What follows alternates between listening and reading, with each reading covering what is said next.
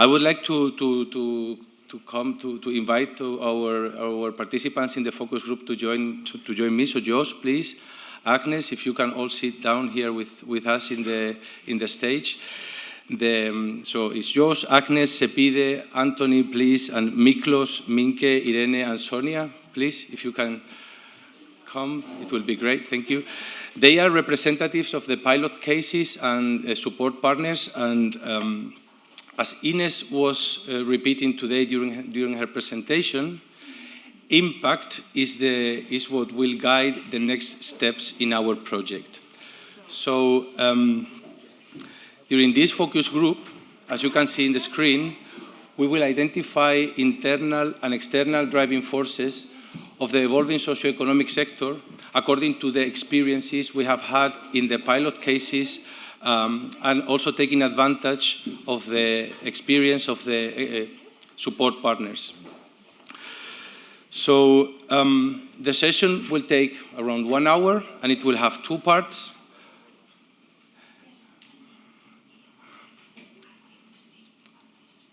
Okay. So Elena is telling them that they will need to use the microphone. They will provide some insights and will share their experiences during the project. And if you have any contribution, if you have any comment or any reaction you would like to share, please raise your hand, and we will have a microphone also to take it into consideration, because this will be recorded. And as I said, this is an important part of the impact, because once we identify these internal and external driving forces, we will be sure on how to communicate, what kind of recommendations we can ask to the European Commission, what can we share in specific forums, in professional events, where we will disseminate the results of our projects. So this is very, in our opinion, this is an important part of the strategic plan for impact assessment that Innogestiona is currently running. So with any further ado, I would like to start with the pilot case leaders, and asking them to share the lessons learned during the process and the experiences they have had. So let's start with Floret, with Sonia. You joined the project later, but I am aware that you really dived into the project, and that you are aware of the lessons learned, and also some aspects that you will probably change from the experience you had during the co-creation process according to the innovations developed. So what would you change in that process, and what are the lessons learned from Floret pilot case, please? Well, I think that the good way that we did in the co-creation was to make that all the value chain participate from the very beginning chain to the very last. I mean, we take in account seed suppliers, transport, agricultural transport and machinery suppliers, and so on. All the value chain was included. That was quite good, because a lot of different innovation in the different part of the process were created. But after the selections of the 3 innovations, some of those participants were quite far from the innovations. For example, I don't know, but in our case, the seed supplier was quite far from the packaging innovation or the reuse of the water innovation. So the contributions that these suppliers or these participants made was quite few, because I think it was normal, because they were quite far from the innovation. So I think that we should have look for different participants once the innovation was selected, and maybe to choose companies or suppliers or participants that were more linked with the activities or with the innovations. Thank you. Very interesting. So the idea is that this pilot case working group should be an evolving, no? So changing the actors participating in each of the meetings. Yes. and according to the results that you have been developing, and that means also dropping some of the others. And this is some lesson learned that you would like to recommend for future implementations. Yes, in fact, we did it in the packaging innovation. We start with a packaging supplier, and we decided to change because they couldn't help us with the innovation selected, and it was quite good because the new participant was quite enriching. And we have been talking before also, and you would like to highlight also the importance of the role of consumers in this pilot case working group. What would you like to add on that? Yes, this had been a very big learning because we didn't include the consumers in the survey, and I think that they must be included because the vision and the opinion of the consumer is very important. So co-creation, including different stakeholders, is a must to have always consumers involved, consumer organizations. And so thank you very much. So Miklos, in your case, one of the objectives of the pilot case was to expand the value chain and reach new markets. No, that was expressed from the very beginning, and also to reach new consumer segments. How did you address this during the pilot case, and what are the lessons learned from you in the experience in these years, please? Thank you. Basically, our experiences are pretty much the same that you mentioned, because we started to work with a working group representing the whole value chain, at least as we believed in the beginning. Then, as the innovation started to get into shape, we realized that we need to involve new players and expand the value chain more into the direction of the consumer, which is like a new market and a new segment for us. And we started to involve new partners, and actually the working group was a big help in that, because most of the connections to the new segments came from the working group members. They suggested someone and so on. But again, we also faced the same situation then that we start to work together with a company specialized in the HoReCa sector. And later it turned out that it was a dead end because we could not continue to work together. So it is really challenging to start to work in a new field, a new area with new partners, because you don't have experiences. So it's kind of a learning process. Thank you. Learning on the way. Thank you very much. So the rest of you, so there are some other pilot cases here. So if you would like to comment on what our colleagues are saying, please don't hesitate to raise your hands, and your contributions will be very valuable. Thank you. So Minke, during your presentation today, there was some very important aspect of the project, because the CoFresh project, one of the main goals was to redesign the value chain. That would mean kind of the redistribution of power within the value chain. And in our project, it is clearly said that we want to empower farmers. And you mentioned that during your presentation, with a clear picture of a piece of the cake that was bigger for the farmer after during the experience, and with the results we have with the innovation. I think this is important to highlight this today at this stage of the project. We're at the end of the project, and this pilot case is a very important example for that. If you would like to share a little bit more on that, and also I would like to ask you a very interesting approach that we identify in this pilot case, because you highlight the importance of local production to increase socio-economic and environmental sustainability. But on the other hand, you are experiencing some issues for the large-scale production. So local production and large-scale production. This is, in your pilot case, there's a very interesting combination. So I hope the question is not very complex, but please feel free to comment on this, please. Yeah, thank you. Is this working? Yeah. It actually very much links back to also what Sonja is saying. So if we look at that upscaling aspect, during the process and during the project, we decided to continue with that flour ingredient instead of a more processed ingredient. That does bring also additional challenges because it's new. So in terms of industry and upscaling, there are also different facilities required to work with this new ingredient. So we noticed that with the production partners in our group, they were actually not able to process that new ingredient. So we had to look for a different supplier, which we tried and which came from our networks. But that is a learning.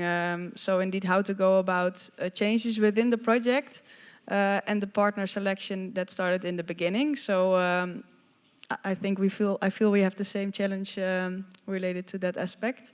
But looking at a farmer, it really helps to have a very skilled and ambitious farmer in our pilot team. So he was already looking into bringing additional value to his ingredient, to his faba beans. So it was, during the project, we could really support him in showing what are the opportunities for your ingredients that can bring that additional value. So, and via this case, it was then quite easy to obtain information from the ongoing innovation that was recently launched on the market. So we could make a clear comparison between the status quo that was just recently launched. And actually one of our partners was also involved in the development of that commercially available product. So yeah, the network really helped in getting the facts on the table. And that was also the reason why we could present such a graph. So we had the available data. Great. And I discussed it also with the farmer, like, is this a copy-paste model? Can other farmers also take a blending machine, have a food-grade quart? And he actually says yes. So in terms of square meters, it's just like 10 square meters or 12 square meters, and you can put it on your plot. Of course, not every farmer has to do this, but if you do this for a certain region, and you can blend the beans for in a kind of corporation setting, then you can bring additional value. Great. So replication is very important also in terms of impact. So these kind of examples will be very valuable also for the further dissemination and communication of the project. And again, at this stage, we need to really be aware of this so we are able to share it with other projects, with our sister project, but also with other organizations and practitioners, and to disseminate it in our social network. So thank you for this experience. And also Coexpal and this Zero Food Healthy Box, Maribel also explained how this empowers farmers, producers. And this is also a key message that we will disseminate at project level, not only at pilot case level, but it's a very interesting result from the COFRES project. So Irene, I would like to also, if you would like to comment something on that. And you were also sharing with us some your experience according to the co-creation process and the different steps in this analysis and this working process with different stakeholders. So is there anything you would like to share with us and with other projects and other initiatives that will implement this methodology? Thank you, Antonio. We find very interesting the co-creation method, especially working with a stakeholder group, because we think that it's very important, the integration between the stakeholder, and this kind of method improve the integration. And for us in Coexpal is especially important because all our associates working with very perishable products. So it's very important do quickly all the process, not to avoid the food waste. So we only think, or my personal impression is that perhaps we have to go deeper in the methodology, because I find very interesting combined with the slot. But perhaps the step to go into the co-creation was so quickly that we can find a better way to connect the ideas we obtain in the slot with the co-creation process. Mm-hmm. So it's the only thing I have to, perhaps we have to think better. Okay, so your proposal is to spend longer time and to go a bit deeper into this SWOT analysis, so we identify and we can collect those strengths and weaknesses and opportunities from all those participating in the working group, but in a deeper way, no? You try to stop a bit more in this analysis. Try to connect in a better way these all interesting ideas of very expert involved people of the chain, the stakeholder. Try to connect better with the co-creation process to have more advantage of the first process. Would anyone from the pilot case would like to comment on that? Because time management and also get those different stakeholders involved and make them come to the meeting and invest their time, the day together. So this was one of the challenges of the methodology. The methodology needed to be agile. So we need to make decisions as soon as possible so they can continue with the daily work. But on the other hand, we see we are missing opportunities because of this need to be quick. No? I think so. If you would like, anyone has a comment on this, would you like to add anything, Miklos or Mike? You're fine? Okay, thank you. Thank you. Thank you. So far, these are the experiences we can collect from the pilot cases. So these are the experiences, let's say, at internal level, no? What has happened at internal level in each of the pilot cases. And the pilot cases have had support partners that have provided insights, experiences from different fields of expertise, and we have great experts in our consortia that have been working as a support partners. Support partners are also involved in other work packages, no, in other tasks, so business models, policy recommendations, policy briefs, or analysis of the current, the state of the art of the innovative value chains in Europe. So they can provide very interesting insights in terms of external driving forces of this evolving socio-economic environment. So technology, consumer demand, or policies can foster or hinder sustainability in the agri-food value chains. And these are some of these external driving forces that have influenced the development of some of the innovations in the COFRES pilot cases. So Josh, let's start with you as a support partner in the Food Valley pilot case. According to your experience as support partner in this pilot case, and as an example of the industry of the plant-based protein products, what are the main driving forces that you identify that directly affect sustainability in the agri-food value chains? Okay, thank you, Antonio. It's a big question. It's a big question, so let me pick a few answers. Well, I think we were as support partner, we were very happy with the collaboration with Food Valley, and also what helped very much is that Food Valley is actually located on the campus of Wageningen University and Research, so we're all physically all very close, so that makes communication very easy. But what we were studying also from our side is this whole protein transition. So, but basically what Food Valley was working on, and that's the key topic of the protein community, which is where Mink is working and which is part of Food Valley. It's a very strong movement currently. I know that is in the Netherlands, and I'm sure it's in other countries as well. This whole idea of how can society move from the consumption, the production consumption of animal-based protein to more plant-based protein. We all know that plant-based proteins have a lower environmental impact than the animal-based protein. So we're talking here about a real transition. And well, what the experiences of Food Valley and what we also at the university are looking at is that there is this very broad and very large interest of the companies that are actually producing proteins, whether they are animal proteins or new plant proteins. So there's all the major players, we call it, or the major actors, whether it's a multinational companies like Cargill and ADM or others, are involved in this field, but also a lot of startups. So it's a very interesting and a very dynamic ecosystem of companies that are trying to develop their business models, and there's quite a lot of investment going on also from what we call incumbent companies. And we also did a study on the manufacturers of the machines that are actually being used by the producers of these plant-based food products. So, and they are also investing quite substantially in new machines, or actually seeing whether they can use their current machines.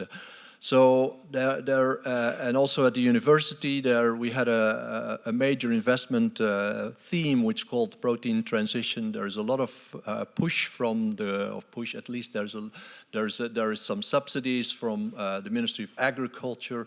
Farmer organizations are looking for alternatives. So actually there's a combination, as I said before, there's an ecosystem of public and private partners that are looking for how can we make use from a more company perspective, but also how can we push from a more societal perspective this protein transition. And so Food Valley and the protein community was actually working right in the middle of that transition. And the nice thing is that, well, actually Minke said it already, there were many partners that are willing to collaborate. We also had Food Valley also had that shift, some partners, but even in the pilot case working groups, most of the original partners stayed there, even if they knew that they would not have an explicit role in one of the innovations. So there was this interest was genuine and was really serious about, we want to be involved in this very interesting project, CoFresh, and we want to see what's coming out, and because we all want to learn from this development. So yeah, we were quite fortunate that there is this large societal business movement of the protein transition. Does that answer your very broad question? Yeah, it does. It does, because it takes us from the experience of this pilot case to this movement that we all understand that is happening, is to have a, we understand it as a healthier consumption of proteins. I am from the southwest of the Iberian Peninsula, where we produce very high quality proteins. So I strongly recommend you to try this protein instead of meat analog. I think they are better, but this is my personal opinion.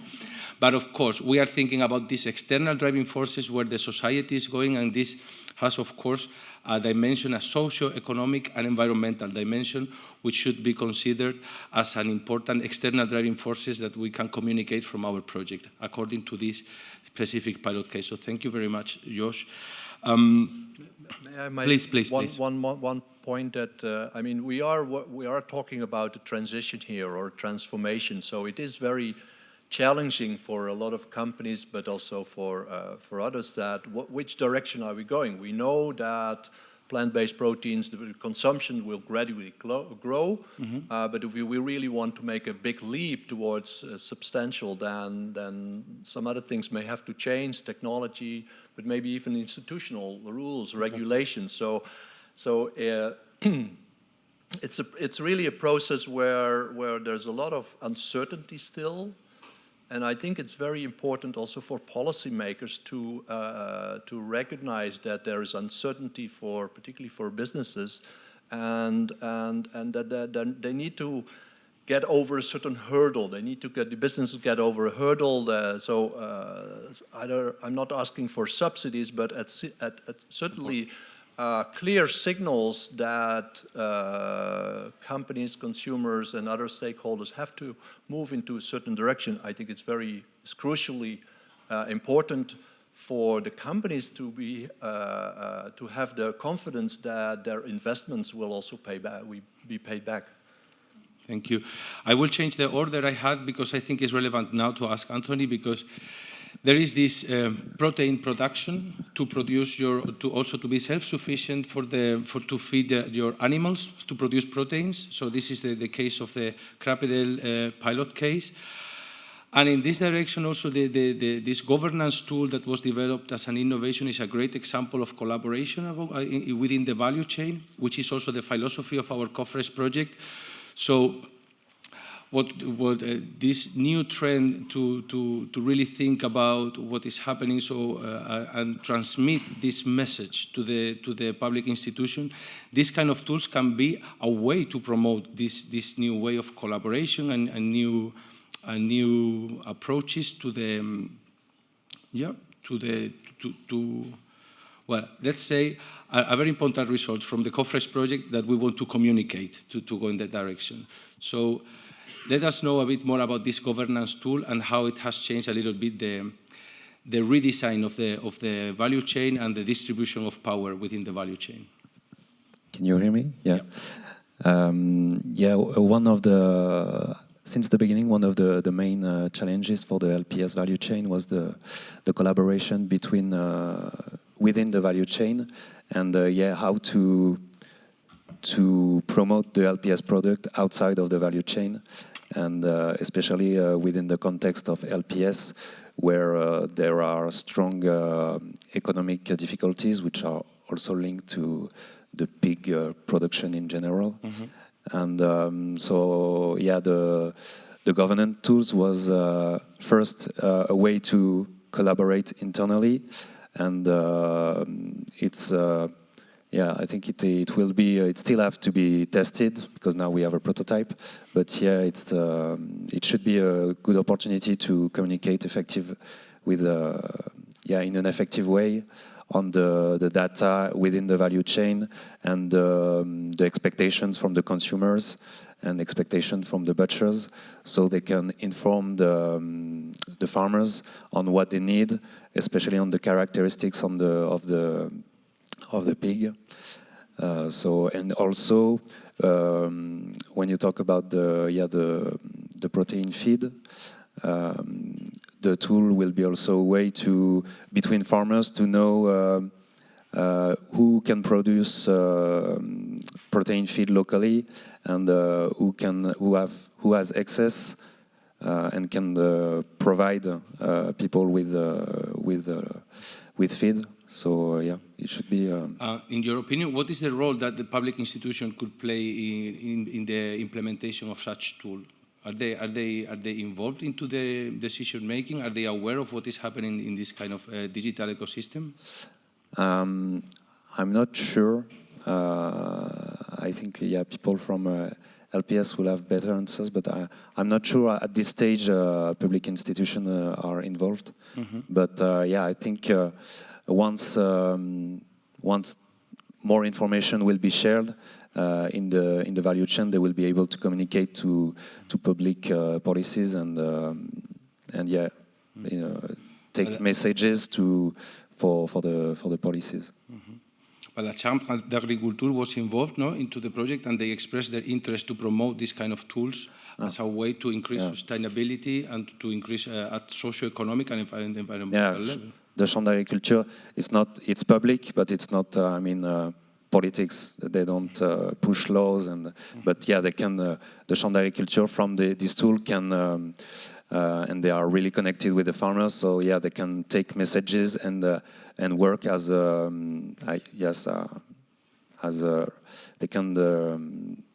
can take messaging from the tool, and then speak to politicians, and to push messages based on this tool. Thank you. Very interesting. Thank you very much.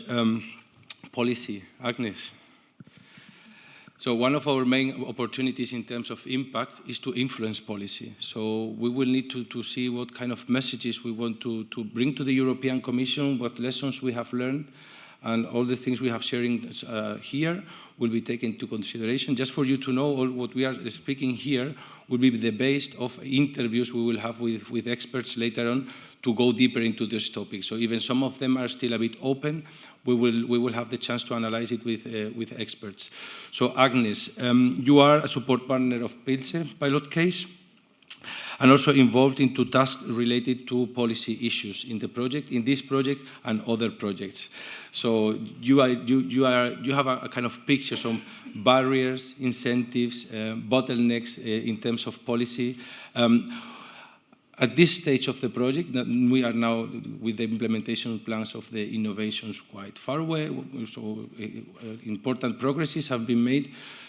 Do you identify opportunities or bottlenecks or barriers in terms of policy that you would like to share with us and with the rest of the world from the project? And also we have here Ricardo, that probably with the great deliverable you developed, maybe you can complement a little bit. Well, thank you very much, your trust. Yeah.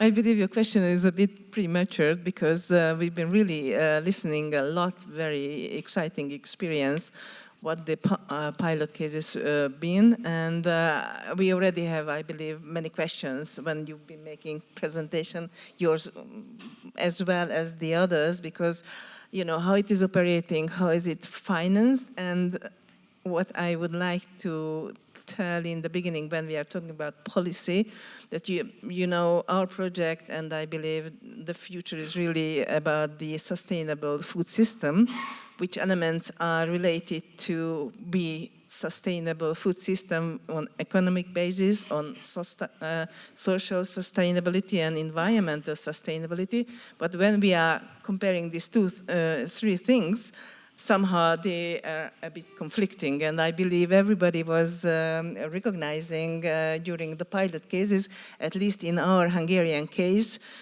because, you know, society, maybe we can regard consumers, economic sustainability is the company itself, and maybe environmental is more related to the government. And then, you know, what are the demand and the capacities? So, for example, well, actually, what is innovation? Innovation can be a very small one, which really helping, you know, the life of the company. But there are large innovations, and large innovation can be really influencing a lot the economic activity of the company. But then, how it is generated, what is the financial resources?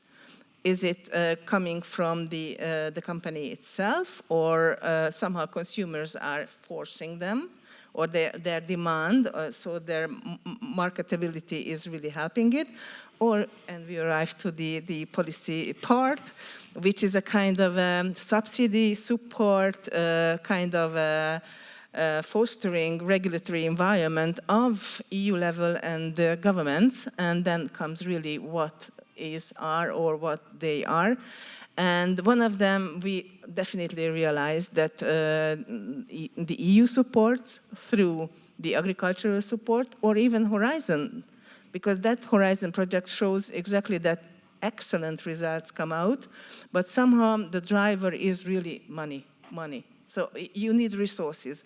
And even talking about sustainability, I'm extremely curious, and I believe when we are going to make the interviews, we should really talk about the sustainability. So there are good solutions, but how can we carry it on?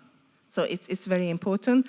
And certainly, if government would make such support, which is based on certain regulations, that can be such incentives which relates to taxation, giving lighter regulation, or smaller taxes, even VAT, certain are related.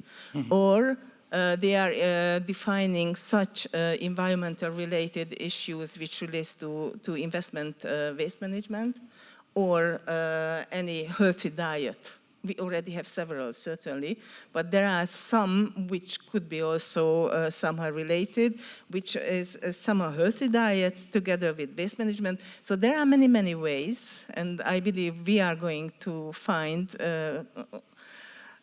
many ideas, solutions. I don't know, ideas, yes, but I don't know if it's going to be a solution for the government. But I think we have a lot of work after we've been learning from the pilots. Thank you. Please, Ricardo, yeah. Then I have a question then for Alessandro, because we were talking yesterday also about the cost of innovation and how data can change the rules of the game, but I will come to that later, very soon. No, just to complement what Agnes just said, that, yeah, we were in charge of a small part focusing on the role of public policies as a driver, or maybe also a barrier sometimes. And first of all, I want to underline that, money, that what practitioners, so different actors of the value chains really stress is having public policies in the form of money, because actually we try to investigate, okay, do you want a public policy in form of advisory services, education? No, I would prefer more support. Or do you prefer any public policies in terms of, for example, new regulations? No, because the exercise that we did was understanding which policies for which purposes. So like, would you opt maybe a kind of policies for organization innovation? Or would you prefer a kind of policies for improving the social dimension of sustainability? And almost the answer was always like, give me subsidies or tax reduction. So always around the money concern. Making just a step back, we asked at the end of this study, what do you really think is the driving force of introducing innovation in your enterprise, in your activity? And they said that, we asked, could you rank the role that public policies play in this decision? And actually, the first option chosen was saving money and improving the efficiency. Mm-hmm. So this is the answer that if the public policies is not showing in the short run, which is the impact, and that will make you save money, will make you process more efficient. It's something that has not a strong uptake from the practitioners. So this is a kind of advice that public policies should really bring at least a flavor of is going to take on in the short run, because otherwise we are aware that sustainability is something that sometimes there is an improvement of sustainability, but you can just perceive by means of indicators, or sometimes it's something that you can perceive in the very long run. So embracing innovation and this kind of initiatives is something that should be clear from the very beginning of the process, and this is something that public policy should take into account, because otherwise, because even if it's good public policies and you see, okay, but when I will see some result from that, it will be something more vague and vain. So yeah, this little contribution from our perspective.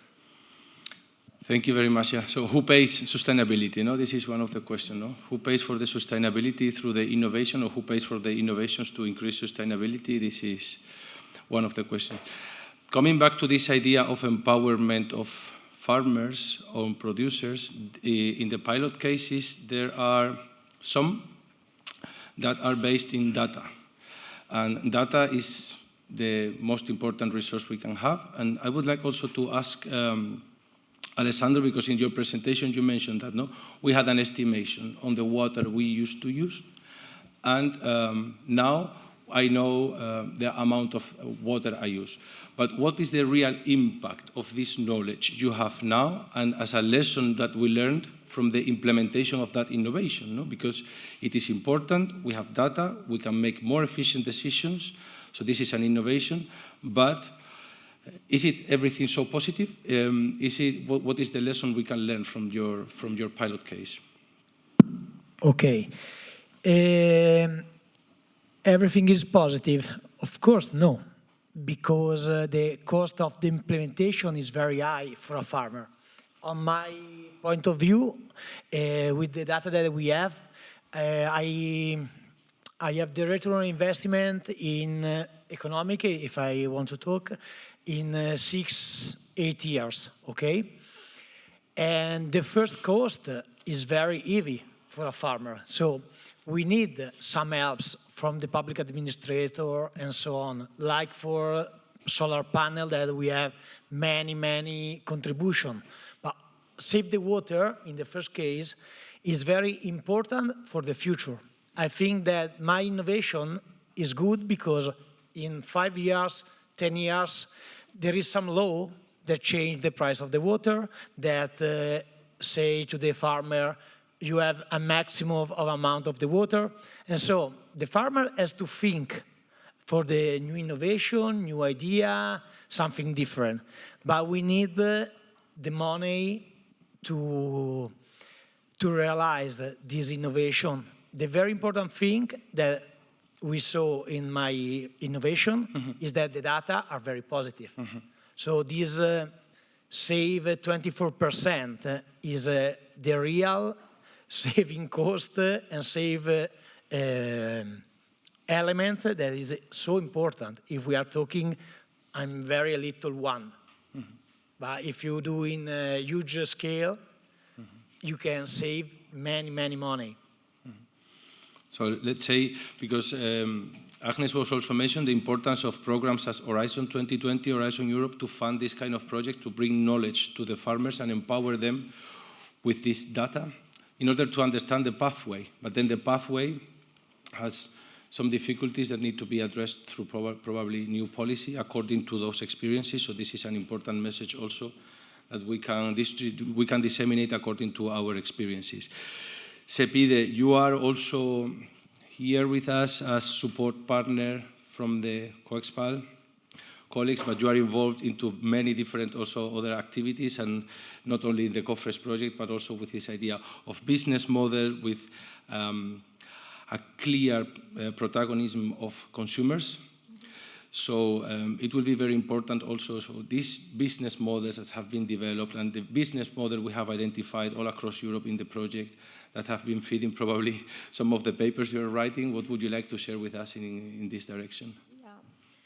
Okay, for business model perspective, we kind of, business model innovation is one type of innovation, but the way we were seeing it was the journey of the innovation that starts with some kind of product process innovation to become the pathway to collaborate with different partners, institutional innovation to become business model itself. And within the COFRES project, we had the value chain, 100 plus value chain that we developed in the work package one with the YAS group. And then among them, we identified 20 diverse business models that you were also one of them. And we interviewed them. And these diverse 20 business model innovations, sustainable business model innovations, they were diverse in terms of different type of innovation, different type of collaborative partners, and we were trying to see, like our aim at the end was a sustainability pathway, sustainability transition of agri-food sector. And coming back to your question about consumers and consumer-producer connectedness, one of the ways that we identified for sustainability pathway was this connection, that changing the lens from seeing consumer just as a buyer, just as a people who can just vote by their ballots, to give them more active role. We had consumer as co-producers in some of the cases we studied. We had consumer-led innovation, that they were actually, like the innovation was led by consumer. We had consumer cooperatives, and we know that when we are talking about sustainability transition, we have niche to a regime level and system. And one of the most important factors is how system is ready, the readiness of system in accepting and in receiving the innovation. Consumer, like more active role of consumer would be one of the pathway to do so. So it was one of our results. Thank you. Yeah, and this is exactly also what Sonia was mentioning at the very beginning. Also, you are already talking about the business model, but in the process of the innovation, also consumers can play this other role, not as final consumer, but as a co-creators in the whole process. This is also one of the key messages maybe we can take home from this panel. A little bit adding to a little bit of policy also, the way that the networking and different networking and co-creation in different activities the way that they are influential actors in policy for changing, at least in regional level, the policies that are limiting or supporting, or legislation of supporting policy was one of the also our findings that hopefully will be published soon. Thank you. Yeah. Go.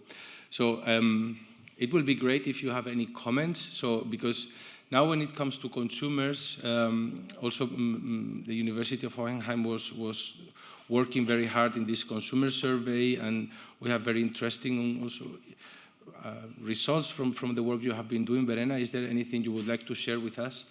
According probably to this business model and the role that consumers are playing to increase as an external driving force to increase sustainability in the value chain, are we meeting the expectation of consumers in this direction, or is there anything you would like to share? Well, it's a bit early because we are still in the process of analyzing the data from the second assessment. And well, what we see, we did a general consumer survey where we just surveyed like average consumers. So these are not particularly the ones that are really active and really involving. So we see what the average consumers are doing.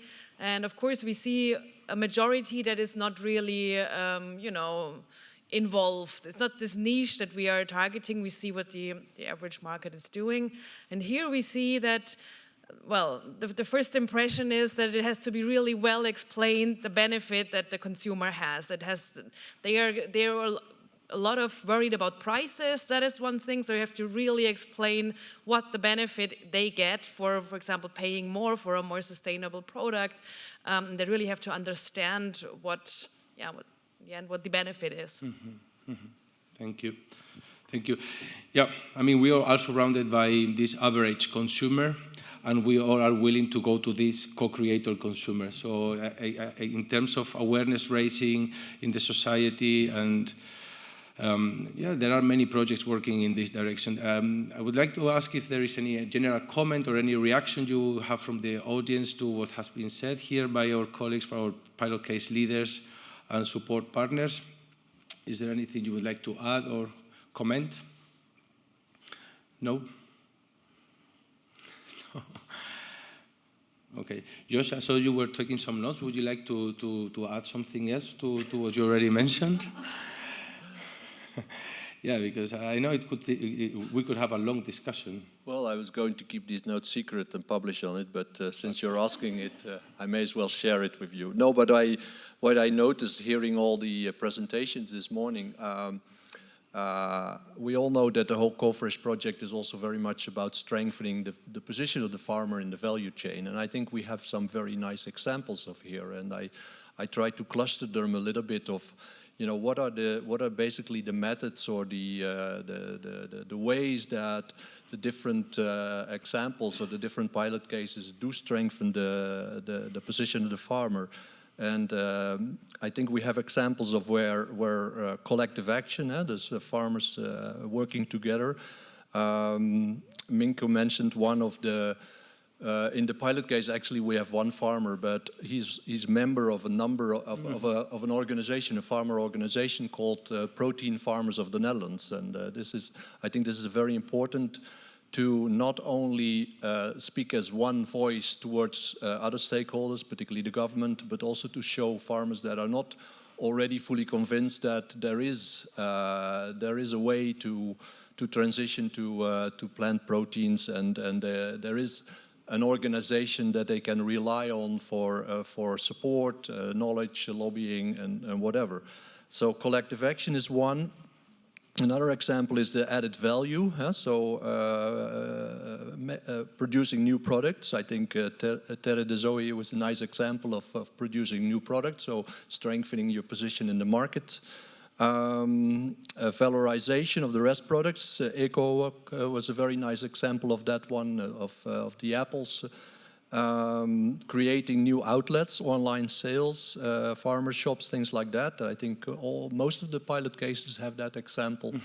And I think there's a fourth strategy that farmers can follow is close collaboration in the value chain. I think Crappadel was a nice example of that one. So I think if you look at it from these different ways of the empowering farmers, then CoFresh together has some very nice examples of how that is actually being established.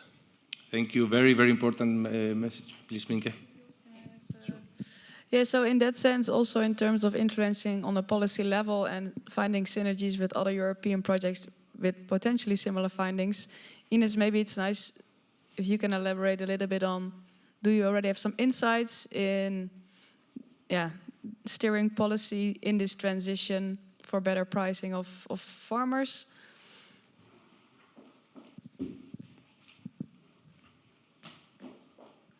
So, I can add my point of view. Well, it's true that as a coordinator of CoFresh, I have had the opportunity to discuss more than I could normally do by my normal duties in my job with other projects. And I can say that discussing mainly with the sister projects, I have seen that, really the same problems occur 1, 2, 3, many times in the value chains that I have been able to know through this collaboration with the sister projects. And the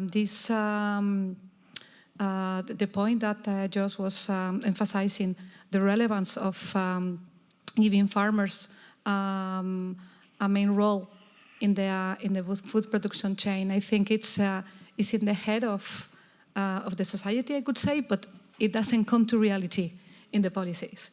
So not because everyone knows that it should be like this, it's happening. So I think this is something I found out when discussing with the sister projects, is that everyone is thinking how this could be more supported by policies. And really, I have not seen a solution yet. And it is something that needs more reflection, more talking, and it's still not there. So I think that sadly is still an open point. So what is good is that everyone agrees that it's an open point. So we should keep on working on that. Thank you. Antonio. Please, Edelvis. Yes, thank you. I would like to also add something to your also to your question and to what Ines explained. From my work and experience working with the AKIS group from the SCAR, this is a topic of the last 6 meetings of the group, and there is a kind of a strategy working the whole member state to start working with a younger advisor. And the idea is that the coordination body of the AKIS, they are identifying, because they are not well implemented in the whole member state, unfortunately, a relation between this coordination body and all the research centers and education centers. We need to go to the younger. We need to go to younger future advisors, younger technical agronomic engineers, but also to school like economic or business school, but at a younger level. Then we can start introducing some new topic in the calendar of a lecture they have to follow this new strategy, because indeed, so not only through the publicity. I remember watching the TV yesterday, they were talking about why we have to drink milk here. Because the farmer need, because the milk contains protein. And I was really laughing and said, okay, that is indeed. So we have nowadays 2 big sector fighting. We have the sector of the current cattle sector that they want to disappear. And then we have the emerging milk, cow milk substitute or meat substitute. And they are 2. So they are now see how they will see each other in the future. Of course, all of these farmers need to see a transition. You already mentioned here who will cover the transition, how they will finish. If they are all farmers, it's difficult to accept the transition. But if we start working with a future, with younger next generation of farmers, that will be more easy. And still, at the European level, it's a transition. We are, for some of us, we are protagonists. We are also involved. And I think in somehow what is identified in some country is the translation from what Brussels or what the Common Agricultural Policy is looking, what is the expectative for the Agenda 2030, and how we can translate to each member state different language, but also the culture changes a lot from the north to the south, to the east to the west. And there are some countries who are more willing to go for innovation, or they are more restrictive, more conservative. And of course, there will be some countries who will speed up, and unfortunately will cover and will take over the market of those more slowly countries. This is something, unfortunately, we cannot avoid. We have an agreement of a trade market here in the whole Europe. And then it's up to us if we want to help the ones who are speeding up slowly and see some politics. But I'm really super happy with all of you, how the performance of the project, I think, touched more or less all the topic of the ACIs. And based on that, the thing of the World Pact 7, we can write a lot. A good idea for what's needed from the policy. And then just to finish, a little open question is, from your point of view, the pilot case, what do you think is the bottleneck problem that you would like to transmit? If I can ask you, give me one or two needed from your point of view that I should transmit to the policymaker, what is what you want?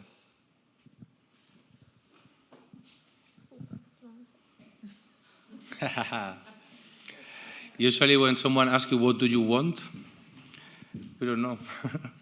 So I'm speaking for a farmer. I'm not a farmer. I'm not even a farmer's daughter, so I cannot say this is 100% correct. But what I do know is there's different policy within Europe. And for example, in Belgium, which is just next to the Netherlands, there's different policies. For example, in trying fields or pilot fields for farmers. So if they want to make this transition, how to do it, what's the quality of their soil, which is a good crop, which is a good species for them to then grow on their soil. So determining your region and the weather, etc. What's the best crop to move into if you want to have profitable revenue in the end. So support in terms of research on your fields, those kind of subsidies indeed, because they do spend some of their acres to then have this trial and research, which do cost them money. So of course they want to move into the right crop, but they need money to overcome the time and the loss in revenue to get there. So that would help.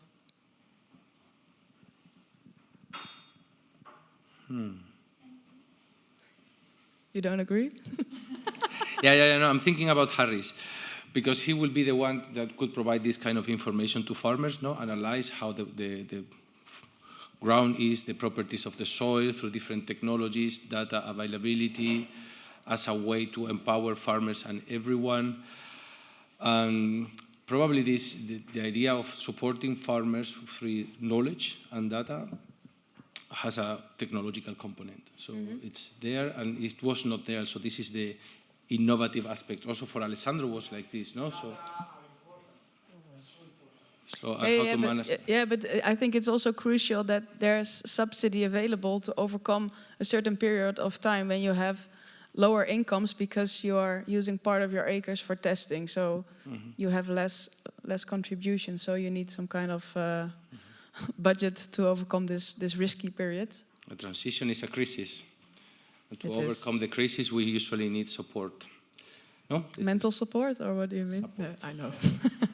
So if I can jump in regards to data, a lot are going on around the EU political landscape regarding who owns the data, who can use the data, how.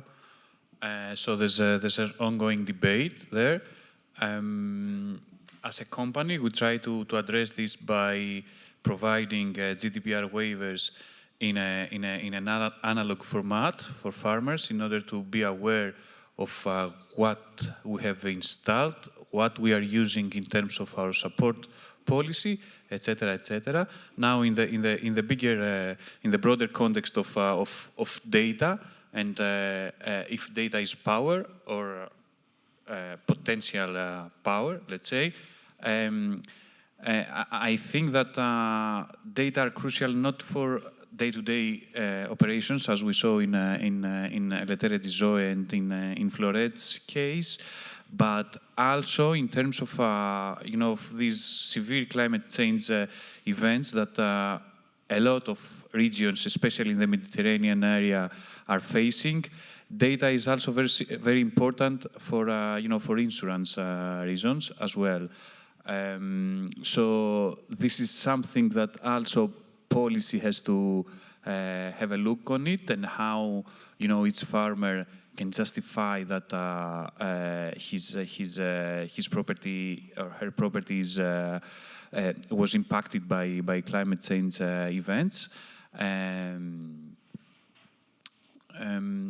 another example of how digital farming can be an entrepreneurial opportunity is that we are working on a project that farmers now are giving their data to the region, to the municipality and to the region. So they built, the region or the municipality builds its own, in brackets, data infrastructure. So this, of course, this relationship is or must be paid. So because farmers own the data, they should be compensated when they share this data to the regional level or to the municipality level. Yeah, thanks. Thank you. This is a very important issue also for the governance tool, no? Because they are sharing data, and there were some limits to access some of the data that other stakeholders in the value chain has. No? I think in this governance tool, I know you are not the innovation leader, but from the governance tool, Ines, if you, oh yeah, sorry, I just finished very quick. But from the governance tool, this was one of the issues, no? Who owns the data, who has access to that data, and what are the limits? This is also some open questions, just as open questions, just to highlight them in this pilot case. Yeah, I had the opportunity to attend the fourth pilot case working group last week. That was just last Tuesday, and what I saw in this when they were commenting on the governance tool on this database,